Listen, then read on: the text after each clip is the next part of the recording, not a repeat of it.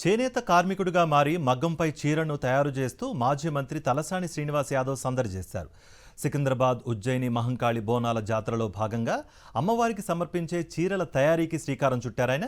ఆలయ ప్రాంగణంలో ప్రత్యేక పూజల మధ్య పోచంపల్లి చేనేత కార్మికులు చీరను తయారు చేసే పనిలో నిమగ్నమయ్యారు.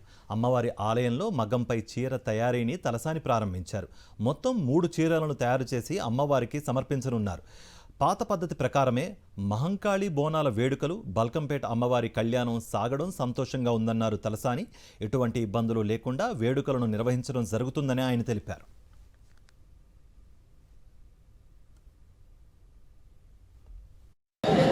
ఏదైతే చేనేత కుటుంబ సభ్యుల ఆధ్వర్యంలో ఇక్కడనే మగ్గం చేసి